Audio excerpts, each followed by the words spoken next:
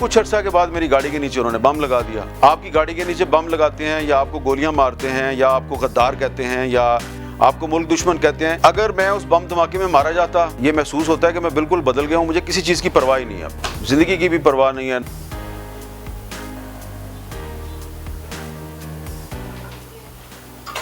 السلام علیکم سر۔ وعلیکم السلام۔ کیا حال ہے آپ کے؟ بک ریڈنگ کر رہے ہیں؟ بس کتابیں پڑھتا رہتا ہوں جب ٹائم مل جائے۔ کتنا شوق ہے کتابیں پڑھنے کا؟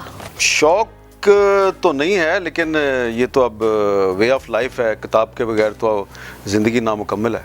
اچھا سر، بتائیے گا کہ دن کا آغاز کس طرح سے کرتے ہیں آپ؟ میں صبح بہت جلدی اٹھتا ہوں اور صبح اٹھنے کے بعد میں کچھ پڑھنے لکھنے کا جو کام ہوتا ہے وہ کرتا ہوں، اور اس کے بعد پھر اخبار وغیرہ پڑھتا ہوں، اس کے بعد پھر باہر نکل جاتا ہوں۔ سر کیریئر کے حوالے سے پوچھوں گی، کیریئر کا آغاز کس طرح سے آپ نے کیا تھا؟ کیریئر جو ہے نا، میرا صحافی جو میں بنا ہوں وہ میں بنا ہوں بائی ایکسیڈنٹ۔ میرے والد صاحب فوت ہو گئے، تو جب میرے والد صاحب فوت ہو گئے تو ایک دفعہ بے نظیر بھٹو صاحبہ ہمارے گھر آئیں افسوس کے لیے، تو جب وہ واپس جا رہی تھی تو انہوں نے مجھے دیکھا تو انہوں نے کہا young mean what do you do?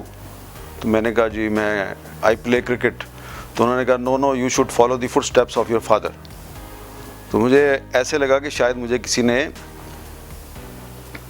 Facilitate کر دیا ہے کہ جو میں کرنا چاہتا ہوں تو انہوں نے مجھے فیسیلیٹیٹ کر دیا یا مجھے گرین لائٹ دکھا دیا ہے۔ تو میں نے اپنی والدہ سے کہا کہ والد صاحب تو کہہ رہے تھے کہ آپ جرنلسٹ نہ بنیں، تو اب بے نظیر بھٹو صاحبہ نے کہا کہ آپ بن جائیں۔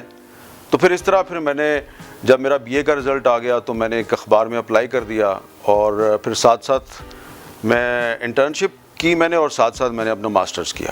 سر اگر آپ صحافی نہ ہوتے تو اس ٹائم ہم آپ کو کہاں دیکھ رہے ہوتے؟ کیا ہوتے آپ؟ کون سا کیریئر چوز کرتے ہیں؟ میں جب صحافی بنا تو اس وقت تک پاکستان میں اس وقت جو فرسٹ کلاس کرکٹ ہوتی تھی اس کو کہتے تھے قائد اعظم ٹرافی اور پیٹرنز ٹرافی، تو میں فرسٹ کلاس کرکٹ میں انٹر ہو چکا تھا۔ وسیم اکرم، عامر سہیل، یہ سارے میرے کنٹمپریری تھے، تو ہو سکتا ہے کہ میں بھی ایک کرکٹر بن جاتا۔ اچھا سر مجھے بتائیے گا، کہتے ہیں کہ صحافت میں آ کے لوگوں کا یہ ماننا ہے کہ صحافت میں آ کے دولت شہرت بہت آسانی سے مل جاتی ہے، آپ اس حوالے سے کیا کہتے ہیں؟ ایسا ہوتا ہے؟ دیکھیں، یہ پتہ نہیں کون یہ سمجھتا ہے کہ صحافت میں آ کے دولت اور شہرت بڑی آسانی سے مل جاتی ہے۔ پاکستان دنیا کے ان ممالک میں سے ایک ہے جہاں پہ صحافت خطرناک ترین پروفیشنز میں سے ایک ہے۔ سر آپ پہ بہت بار حملے ہوئے، بہت زیادہ، ہم نے دیکھا فائرنگ ہو رہی تھی، آپ آگے رپورٹنگ کر رہے تھے، اور اس کے بعد وہ کراچی والا انسیڈنٹ آپ کے ساتھ ہوا، ڈر نہیں لگتا؟ جان ہتھیلی پہ لے کے کام کر رہے ہوتے ہیں، یا پھر پیشن ایسا ہے آپ کا؟ میرے ساتھ ہوا یہ تھا کہ جب 2012 میں ملالہ یوسفزئی پر حملہ کیا گیا اور احسان اللہ احسان نے اس کی ذمہ داری قبول کی، تو میں نے اس کو کرٹیسائز کیا اپنے ٹاک شو میں کہ چھوٹی سی بچی پر آپ نے اٹیک کیا ہے، آپ کہاں کے مجاہد اسلام ہے؟ تو اس پر احسان اللہ احسان نے میرے خلاف ایک فتویٰ جاری کیا اور بیان جاری کیا، اور اس کے پھر کچھ عرصہ کے بعد میری گاڑی کے نیچے انہوں نے بم لگا دیا، بم لگایا، اور اس کی ذمہ داری بھی احسان اللہ احسان نے بی بی سی کو فون کر کے ایکسیپٹ کی۔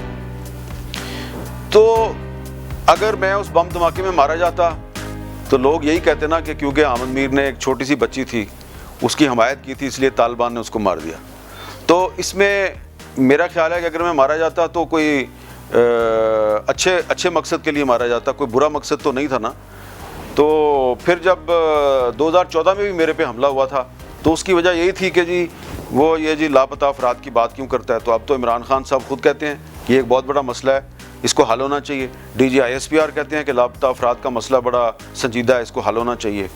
تو with the passage of time جو لوگ آپ کی گاڑی کے نیچے بم لگاتے ہیں یا آپ کو گولیاں مارتے ہیں یا آپ کو غدار کہتے ہیں یا آپ کو ملک دشمن کہتے ہیں، تو وقت گزرنے کے ساتھ ساتھ جب وہ آپ کے موقف کی حمایت کرنی شروع کر دیتے ہیں تو آپ کو ایسا لگتا ہے کہ آپ حق بات پہ کھڑے تھے اور آپ کو آئندہ بھی اسی بات پہ کھڑے رہنا چاہیے۔ سر کوئی ایک ایسا واقعہ جس نے آپ کی زندگی بدل دی ہو؟ دیکھیں، میری زندگی جو ہے وہ میں نے آپ کو بتایا کہ میرے والد صاحب کی جو وفات تھی اس نے میری زندگی بدلی۔ میں ایک ٹریک پہ چل رہا تھا اور میرے والد صاحب کی وفات نے میری زندگی کا ٹریک بدل دیا.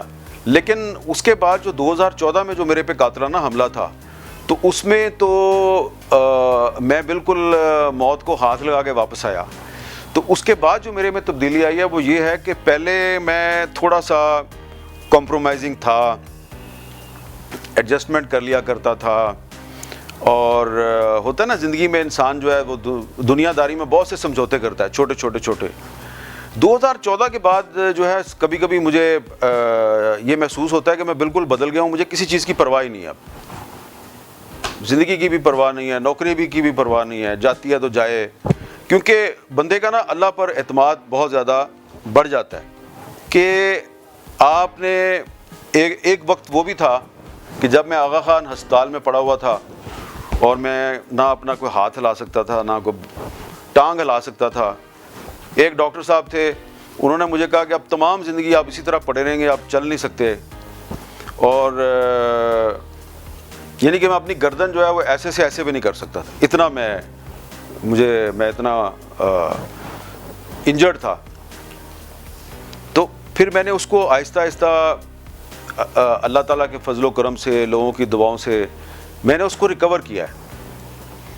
تو اس لیے مجھے نا یہ دنیا جو ہے نا یہ مجھے ایک وہ ہوتا ہے نا, اس کی حیثیت بڑی ثانوی سی ہو گئی ہے.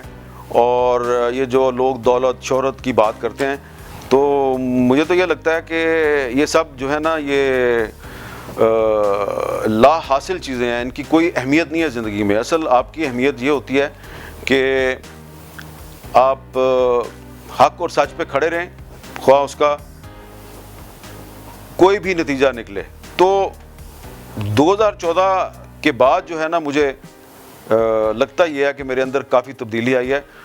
پھر مجھے یہ لگتا تھا کہ میں جب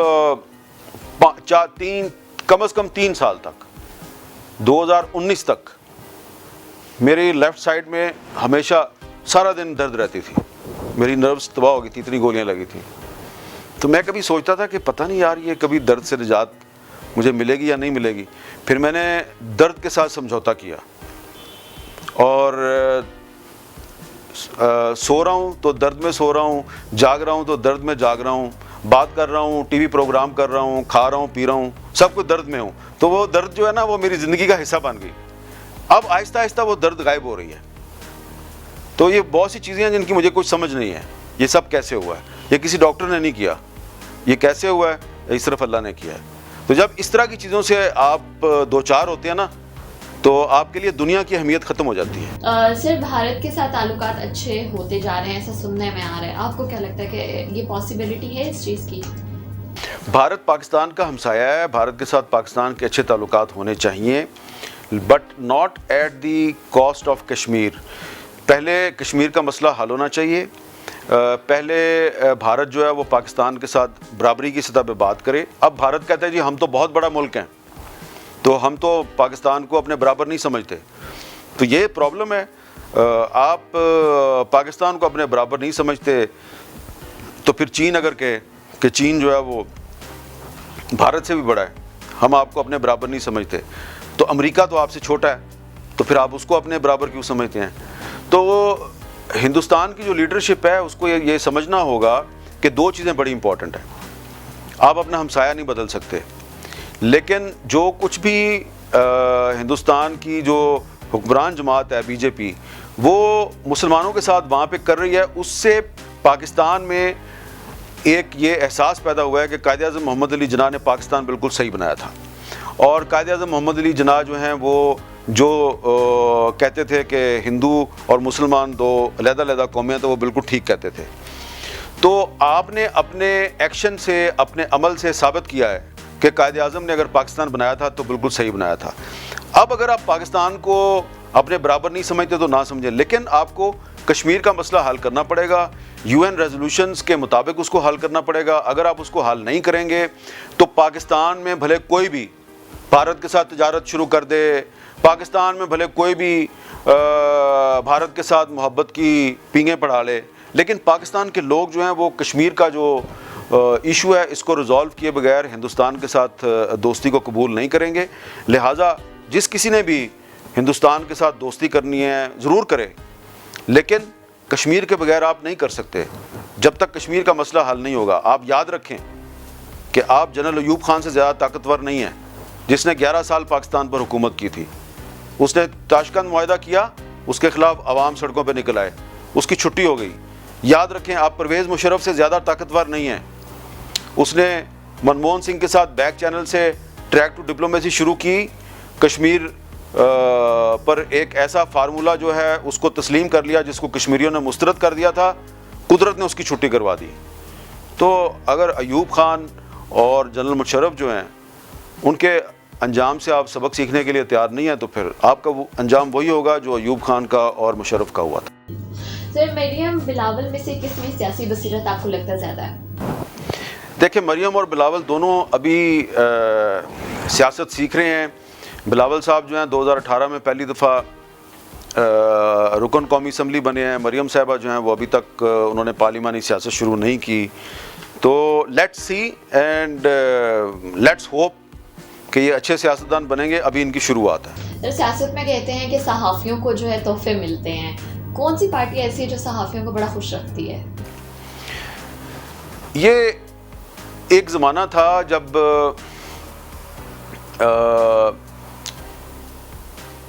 ایوب خان پاکستان کے ملٹری ڈکٹیٹر تھے, تو انہوں نے پریس اینڈ پبلیکیشن آرڈیننس 1962 لگایا تھا. تو پریس اینڈ پبلیکیشن آرڈیننس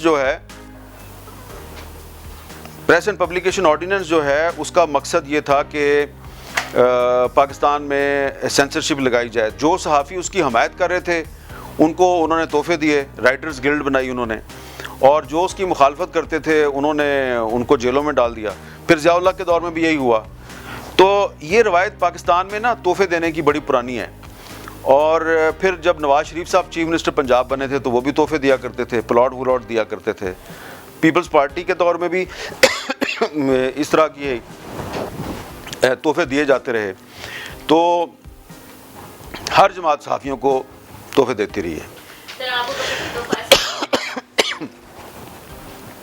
دیکھیں مجھے تو کبھی کسی نے اس طرح کا تحفہ دینے کی کوشش نہیں کی. ہاں البتہ یہ ضرور ہے کہ مجھے 3-4 دفعہ کبھی کسی نے کہا کہ آپ MNA بن جائیں, کبھی کسی نے کہا آپ سینیٹر بن جائیں.